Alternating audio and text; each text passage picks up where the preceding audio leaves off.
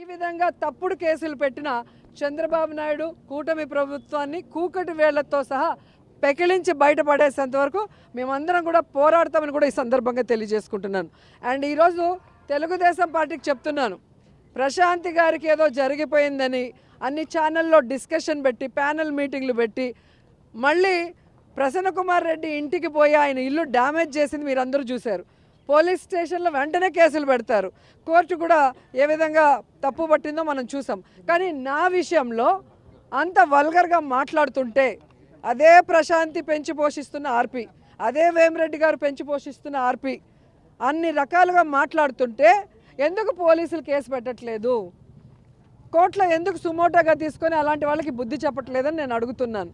ఈరోజు నా నియోజకవర్గంలో భానుప్రకాష్ అనేవాడు తండ్రి పేరు చెప్పుకొని రాజకీయాల్లోకి వచ్చాడు. మేము కష్టపడి పైకి వచ్చిన వాళ్ళు. అలాంటి వాడితో కూడా లోకేష్ గారు నన్ను ఈరోజు మాట్లాడిస్తున్నారు. కాబట్టి ఈరోజు అధికారం ఉంది కదా అని ఎగిరెగిరి పడితే రాబోయే కాలంలో జగనన్న ముఖ్యమంత్రి అయిన తర్వాత ఎగిరెగిరి పడిన వాళ్ళని ఎగరేసి తంతామని కూడా ఈ సందర్భంగా తెలియజేసుకుంటున్నాను.